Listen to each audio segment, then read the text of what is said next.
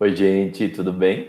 Bom, na semana passada, na História Frente 1, a gente falou sobre o período regencial, né? Basicamente, o porquê que ele aconteceu. Ele é uma transição entre os governos de Dom Pedro I e Dom Pedro II, e a gente tem também muitas revoltas regenciais, né? Dá para perceber que politicamente, economicamente, a população não estava satisfeita com a maneira como o Brasil estava sendo governado. Então, eu contei para vocês que em 1840 isso acaba quando Dom Pedro é coroado, né? Claro que a gente tem ali um período ainda de transição, um momento em que nem todos os movimentos acabaram de uma vez, mas foi um processo onde ele já foi acabando, até que depois o Brasil tem um período de maior estabilidade. Só que para isso, o Dom Pedro II foi colocado no poder antes de completar 18 anos. Então é importante que a gente entenda que a maneira como o Dom Pedro II, né, era aclamado imperador, sentiu-se essa necessidade popular de colocá-lo no governo antes, com apenas 14 anos de idade. Mas ele é Nilson, como é que você coloca um moleque de 14 anos para governar o Brasil? Na verdade, a gente precisa entender duas coisas importantes nesse sentido. A primeira é que a noção de adolescência naquela época praticamente não existia. Tá? Então, alguém com 14 anos já estava sendo considerado ali na fase adulta.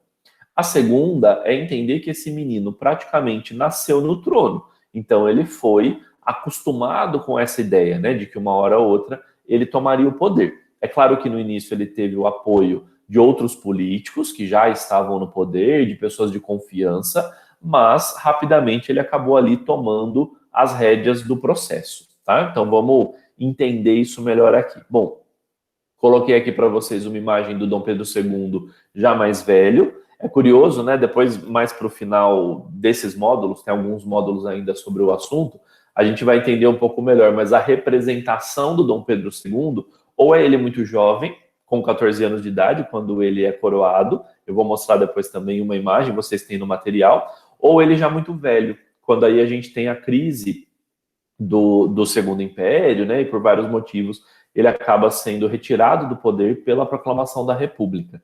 Porém, ele ficou 49 anos no poder, tá? Ele é o governante que por mais tempo governou o Brasil. Então, vamos lá, vamos falar de algumas questões aí mais específicas. Olha só, como eu disse, né, para acalmar os ânimos do país, Dom Pedro II foi empossado em 1840, com apenas 14 anos de idade. A elite dividia-se em dois grandes grupos políticos, os liberais e os conservadores. Nesse momento em que o Dom Pedro II toma o poder, eles estavam todos preocupados em ficar no poder, né? Ou seja, eles eram deputados, senadores, eles estavam preocupados o que ia acontecer a partir de então. Os liberais defendiam uma descentralização do Estado, ou seja, que os estados, que na verdade na época eram chamados de províncias, tivessem mais autonomia, um sistema parecido com os Estados Unidos, tá? Mas não totalmente livre, né? E os conservadores defendiam o oposto, que deveria ser centralizado o poder completamente nas mãos do Dom Pedro II. Bom, esses políticos, né, acabaram se acalmando quando Dom Pedro II organizou um parlamento. Poxa, beleza, né? Então agora ele vai ser o governante, o chefe do poder executivo, mas a gente vai ter um parlamento e vai equilibrar esse poder, num modelo parecido com o da Inglaterra, que existe na verdade até hoje, a gente já conversou sobre isso aqui. Mas na verdade, o que o Dom Pedro II fez? Todo o parlamento era controlado por ele. Lembram que o Dom Pedro I, o pai dele, estabeleceu o poder moderador? Né? Então tinha lá a divisão dos três poderes, mas ele pôs ainda um quarto poder, que era ele que controlava. O Dom Pedro II fez algo muito parecido. Ele estabeleceu um parlamentarismo, onde então ele era o chefe do executivo e o parlamento seria do legislativo, mas no fim das contas era ele que controlava esse parlamento. Ele nomeava, por exemplo, quem iria fazer parte do parlamento. Então, na verdade, eram pessoas que sempre concordavam com as suas decisões. Isso no Brasil ficou conhecido como parlamentarismo às avessas, ou seja, um parlamentarismo ao contrário, né? Se a função do parlamento é equilibrar o poder do rei com representantes da população, não era o que estava acontecendo, já que o parlamento era também representante do mesmo pensamento do próprio Dom Pedro II, certo? Então, politicamente, ele continuava sendo extremamente centralizador. E aí, a gente tem aqui, ó, a imagem dele aos 14 anos de idade, quando ele foi empossado, certo? E nem todo mundo, né, aceitou esse poder concentrado nas mãos dele. E em 1848 aconteceu a chamada Revolução Praieira. Na semana passada, na frente 2, nós falamos que 1848 é o momento que nós chamamos de Primavera dos Povos na Europa, né, onde vários movimentos estavam mostrando que a população, ou boa parte dela, já não estava mais feliz com a centralização do poder, com o absolutismo. E nesse mesmo ano, não à toa, né, influenciados também por toda a movimentação europeia, aconteceu a Revolução Praieira aqui no Brasil, que por isso também ficou conhecida como a Primavera dos Povos Brasileira. Pernambuco, onde ela ocorreu, já era um estado bastante organizado durante o período regencial e não aceitava, né, esse tipo de moderação do poder. Fala, não, Dom Pedro II vai ficar controlando o parlamento, não vai deixar a população de alguma forma ser representada pela política, né? Então eles organizaram um movimento baseados em um jornal. O jornal se chamava O Repúblico, e aí a gente percebe que existe, claro, um apoio à proclamação da República no Brasil, e não mais que a gente fosse uma monarquia. Só que, na verdade, esse jornal, apesar desse nome, né, que deixa muito claro ali o que eles queriam dizer, ele ficou conhecido como o Jornal da Praia, porque a sede dele era numa rua que se chamava Rua da Praia. E aí, no Jornal da Praia, os líderes desse movimento publicaram o Manifesto do Mundo. No Manifesto do Mundo, eles reivindicavam voto livre e universal, autonomia do comércio, fim dos juros, fim do recrutamento militar obrigatório. Então, assim, eles realmente queriam mudar muito da maneira como o Brasil era organizado. Essa revolta foi reprimida pelo governo, né, como todas as outras que a gente falou até agora, e a partir de então a gente tem um período de mais estabilidade. O Dom Pedro II passou a ser mais aceito pela população brasileira, né? Depois, por um tempo, ele foi até muito aceito, foi adorado, sendo visto mesmo como um exemplo de governante. Mas a Revolução Praieira foi a última de todo aquele ciclo de grandes revoltas. Nós não vamos chamar a Revolução Praieira de revolta colonial, porque, perdão, revolta regencial, porque já não é mais o período regencial, agora é o período de Dom Pedro II, mas ela acaba se encaixando ali mais ou menos em um mesmo contexto, certo? Bom, indo já para o módulo 24, que na verdade só continua o mesmo assunto, a gente tem a ideia da expansão cafeeira, né? O grande produto da economia brasileira durante o Segundo Império foi, sem sombra de dúvidas, o café. Ele passa a ser cultivado no Vale do Paraíba, eu já vou mostrar um mapa para vocês, não confundam Vale do Paraíba com o estado da Paraíba, porque essa é uma região que fica entre São Paulo e Rio de Janeiro, as cidades mesmo. O que liga a cidade de São Paulo, a cidade do Rio de Janeiro, é o Vale do Paraíba, tá? É a estrada da Dutra, que a gente tem hoje, né, mas que na época não existia. Só que rapidamente também esse café acaba se espalhando pela região, e ele vai para o interior de São Paulo, interior do Rio de Janeiro, até mesmo algumas regiões de Minas Gerais e Paraná. A expansão do café brasileiro gerou uma consolidação muito grande na economia. Tá? Vamos lembrar que o Brasil tem grandes ciclos econômicos, né? Então a gente começa com um ciclo um pouco mais curto e rápido do pau-brasil, depois um grande ciclo da cana-de-açúcar, depois o ouro e agora o café. Então, o café realmente se tornou a grande base da economia brasileira, o nosso grande produto de exportação. Para levar o café de onde ele era plantado até os portos, principalmente o Porto de Santos e o Porto do Rio de Janeiro, que eram os mais próximos ali, foram instaladas muitas ferrovias. Então, da metade para o final do século XIX, a gente tem um crescimento muito grande das ferrovias. Tá? Os trens, eles passam a ser o grande transporte do café. Claro que eles também acabaram se consolidando como transporte de pessoas, né, de passageiros, mas a base era realmente levar esse café do interior dos estados, onde ele estava sendo produzido, até os portos, tá? E a mão de obra, né? Quem é que estava de fato produzindo? Escravizados, tá? Ou seja, essas pessoas continuavam sendo a grande base da mão de obra brasileira. E isso começou a gerar alguns problemas que a gente vai falar já, mas deixa eu mostrar melhor para vocês esse mapa que mostra a chamada Marcha do Café, né? Vocês têm um mapa um pouquinho diferente no material de vocês, mas que a ideia dele é praticamente a mesma. O que a gente enxerga aqui, ó? Localizem aí no mapa a cidade de São Paulo, ali embaixo na região em verde, e a cidade do Rio de Janeiro, perto do meio da região que está em amarelo, tá? Essa região, né, o que liga a cidade de São Paulo à cidade do Rio de Janeiro é o chamado Vale do Paraíba. É basicamente o que está em amarelo, como vocês veem ali na legenda, tá? Com o passar do tempo, percebam que nas cores ali na legenda também vai mudando, né, o período histórico, as décadas.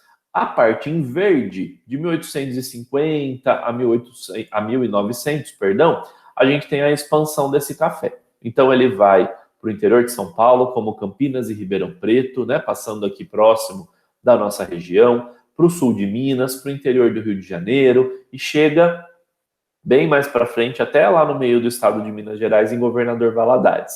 A região em rosa, que é a região em que Descalvado está, é uma região já um pouco mais para frente, né? De 1900 a 1950 é quando ganha uma visibilidade maior, o café cresce mais aqui na nossa região. Mas vamos falar mais até a região que está em verde, né? Amarelo e verde, porque é a região que nos interessa agora, principalmente por causa da grande utilização da mão de obra escrava, como a gente já falou bastante. Vamos entender, então, que o Brasil e a Inglaterra ainda tinham grandes acordos comerciais, então eles ainda eram grandes parceiros. Isso vinha, na verdade, desde ainda da colonização, quando Portugal e Inglaterra eram grandes parceiros comerciais, praticamente todos os produtos industrializados consumidos aqui no Brasil vinham da Inglaterra. E aí, quando o Brasil se torna independente, a Inglaterra concorda em reconhecer a sua independência, né? Na época tinha isso, essa coisa de, olha, quanto mais países reconhecem a sua independência, mais consolidada ela está. Em 1825, 3 anos depois do Brasil se tornar independente, a Inglaterra reconhece a sua independência. Porém, é feito um acordo. Vocês vão ser reconhecidos como independentes, mas vocês vão acabar com o tráfico negreiro. Ou seja, não entram mais escravos no Brasil. O Brasil cumpriu? Ainda não, tá? Então calma que a gente já vai conversar melhor sobre isso. Por que que os ingleses queriam colocar isso, né? Porque eles tinham dó das pessoas que estavam sendo escravizadas, porque eles tinham uma visão muito humana sobre elas? Não. Na verdade, a Inglaterra estava de olho no mercado consumidor. Ou seja, para eles, se esses escravos se tornassem livres, eles passariam a trabalhar e ganhar um salário, ok? Esse salário seria gasto porque eles precisariam comprar roupa, utensílio doméstico, sapato, enfim, coisas para o dia a dia. Da onde viria a maioria desses produtos? Da Inglaterra. Ou seja, isso é o que a gente chama de aumento do mercado consumidor. Nós teríamos mais pessoas comprando os produtos ingleses e por isso é que eles eram a favor do fim da escravidão. Percebam que não é uma questão humana, tá? Eles estão pensando em lucrar mais. Só que no Brasil a gente tinha um outro problema, né? Porque a gente tinha os grupos que não eram a favor disso, que eram justamente os grandes cafeicultores, os grandes latifundiários, os donos das grandes fazendas de café que se utilizavam muito da mão de obra escrava. Então, o Brasil, enquanto governo, né, na figura do Dom Pedro II, precisava equilibrar essa situação. Para que eu ainda mantenha os acordos com a Inglaterra, eu preciso acabar com o tráfico, mas para que eu agrade os cafeicultores, que são a base da minha economia, eu preciso manter o tráfico. O que fazer?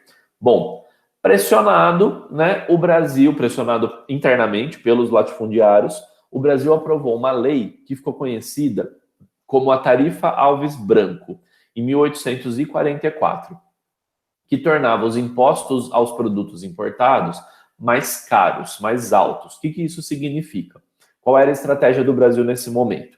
Os latifundiários começaram a pressionar o Brasil para romper aos poucos com essas alianças com a Inglaterra, né? Porque nós poderíamos produzir os nossos produtos industrializados. Não era o foco brasileiro, porque o foco era ainda no ambiente rural, no café, mas esses latifundiários começaram a dizer, ó, vamos investir na nossa própria indústria, né? A gente não precisa da Inglaterra. Então a tarifa, mas precisava, tá? A tarifa Alves Branco foi feita para taxar os produtos, ou seja, produto que entrasse no Brasil, vamos pensar que não era só da Inglaterra, mas era uma imensa maioria, tinha uma taxa maior. Então aqui dentro ele ficava mais caro. Por que que isso era uma estratégia aparentemente boa? Porque vamos supor que eu tenha um produto, sei lá, vou falar de um sapato, que no Brasil é produzido por R$ 100, vou falar em reais também. E o da Inglaterra é produzido por 80. Eu vou comprar o da Inglaterra porque ele é mais barato.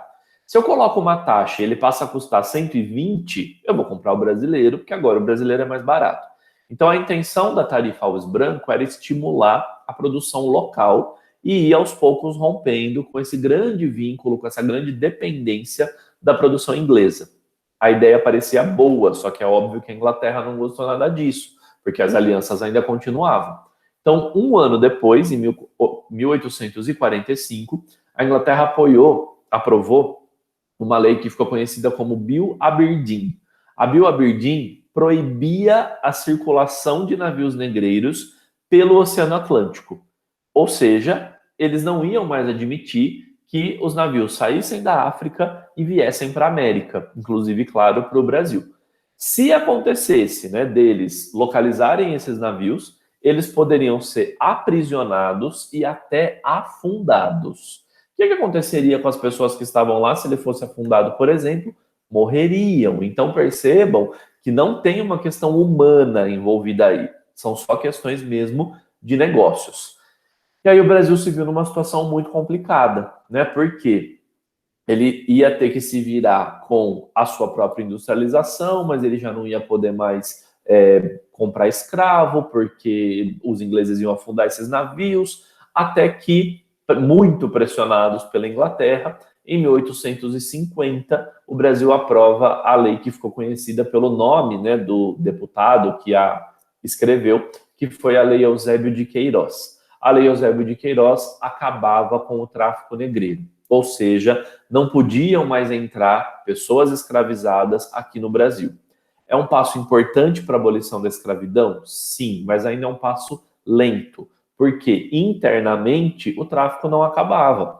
Então, se eu fosse um grande dono de uma fazenda de café aqui na região de São Paulo e eu queria comprar mais escravos, eu negociava com o cara lá do Maranhão, tá? Eu estimulava os meus escravos a terem filhos, porque assim eles também seriam escravizados. Então, a Lei Eusébio de Queiroz ficou conhecida como a lei para inglês ver. Ou seja, vamos fazer isso aqui, mas não vamos parar aqui dentro, tá? Ou seja, eles se acalmam por lá, mas a gente continua mais ou menos parecido por aqui. Então, acabar com o tráfico negreiro não significa abolir a escravidão. O tráfico interno ainda continuava, certo? Olhem essa tabela para a gente finalizar, que mostra a entrada de africanos escravizados aqui no Brasil. Então percebam que de 1846 a 1849 a gente tem números parecidos, né? Entre 64 e 76 mil pessoas que estão entrando por ano, tá? Aqui no Brasil para serem escravizadas. 1850, com a Lei Eusébio de Queiroz, cai quase pela metade, 37 mil e pouco. 51 já cai para 7 mil, 852 mil e tanto. Se for ver, né, na verdade, o ideal era que 1851 já tivesse zerado, porque já era proibido. Então, muitos acabaram entrando aqui clandestinamente. Claro, não porque eles queriam, mas porque foram obrigados, né, e eram trazidos para cá dessa forma. Então, foi diminuindo drasticamente. Porém, internamente, como eu já falei bastante para vocês, não acabava, tá? E aí depois nós vamos ver que existiu um processo de abolição que só teve fim com a Lei Áurea em 1888, quase 40 anos depois desse rolo todo com os ingleses. Tudo bem, galera? Então, por enquanto era isso. A gente se vê daqui a pouquinho na nossa aula ao vivo e aí a gente consegue fazer exercícios e conversar melhor se vocês tiverem alguma dúvida. Beleza? Até já já, gente. Tchau, tchau.